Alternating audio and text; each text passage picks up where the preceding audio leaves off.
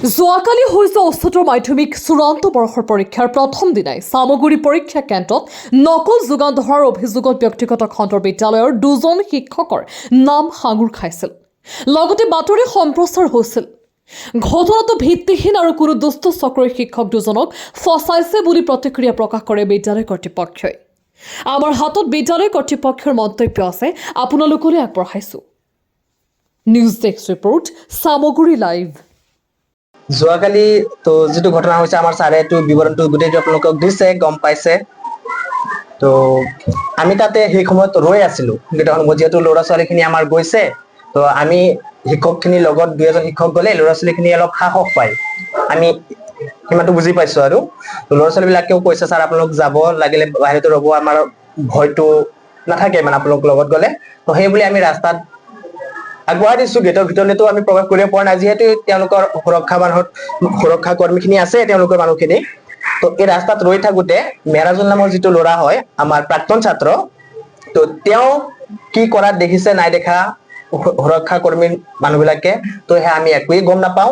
যিহেতু তেওঁ প্ৰাক্তন ছাত্ৰ, আমি তাৰ টিচাৰ হওঁ, আমাক কিবা ভালে বেয়া সোধ পোছ কৰিব আহিছে।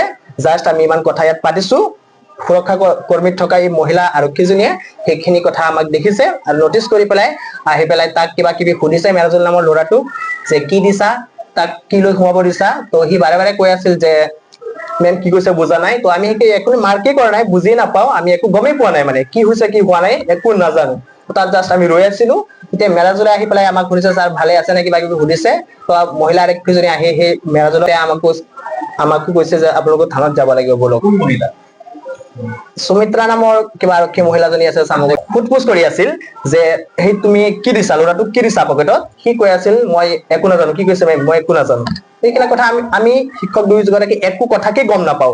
জাষ্ট আমি গৈ তাত ৰখিছিলোহে, ইমানেই। বাছ থানাত লৈ গৈছে আমাক, তাত ৰখাই থৈছে। আৰু তাত গৈ আপোনালোকৰে কিছুমান তো গণতন্ত্ৰৰ চতুৰ্থ স্তম্ভ বুলি কোৱা হয়, আপোনালোকৰ সাংবাদিকৰ বা মিডিয়াখিনিক তেনেকে কোৱা হয় ন, স্বাধীনতা আছে বুলিতো যেনে মন যায় তেনেকে বাতৰিবিলাক প্ৰচাৰ কৰিব নোৱাৰে। তো মিছা যিটো কৰিছে সম্পূৰ্ণ মিছা এটা বাতৰি পৰিৱেশন কৰিছে।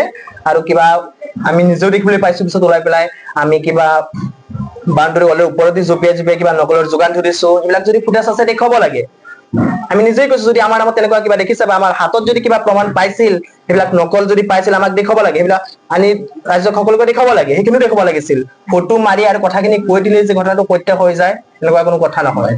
সম্পূৰ্ণ মিছা বাতৰি এটা পৰিবহন কৰি অকল শিক্ষক হিচাপে আমাকেই নহয়, গোটেই শিক্ষক সমাজত এটা মানে লজ্জানত কৰিছে। বহুত আঘাত পাইছোঁ। আৰু এই যিজনী মহিলা আৰক্ষী হয়, বাইদেউজনী ছেকেণ্ড অচি বোলে, সেই মানুহজনীয়ে ইমান নিজৰ মানে ইমান কনফিডেন্স হাই দেখুৱাই পেলাই, ইমান পাৰ্গত দেখুৱাই পেলাই এইখিনি কৰিব নালাগিছিল।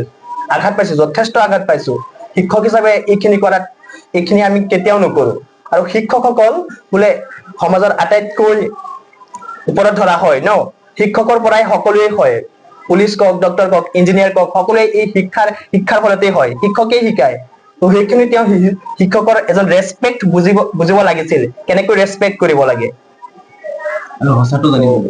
মই আপোনালোকৰ জৰিয়তে এতিয়া যিটো সঁচা ঘটনা, সেইটো মই বিৱৰি আপোনালোকক কৈছোঁ।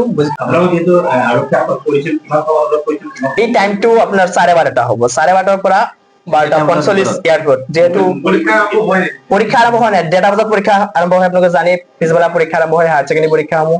তো এইখিনি কথা বাতৰি কেনেকে কৰিব পাৰি ইমান মিছাকৈ। মুকলি কৰিছে ৰাতি 8টা বজাত কৰিছে। আমাক যিহেতু এক্সাম শেষ হ'ব দিছে, কৈছে আপোনালোকে যাব নোৱাৰিব, এক্সাম শেষ হ'ব লাগিব, তাৰপিছত আপোনালোকক এৰি দিম। তাতে ভিতৰতে গৈ সোধ পোছ কিবা কৰিছে আমাক। তো একো প্ৰমাণ কৰিলে লাষ্টত শেষত চৰি বুলি কৈছে মোৰ আগত গৈ সেইজনী মানুহে। এই বাইদেউজনীয়ে কৈছে, আৰক্ষী বাইদেউজনীয়ে চৰি বুলি কৈছে। মই আপোনাক জনা নাছিলো আপুনি যে শিক্ষক, এনেকে কথাবিলাক কৈছে। হয়, মহিলা আৰক্ষী মোক চৰি বুলিও জনাইছে।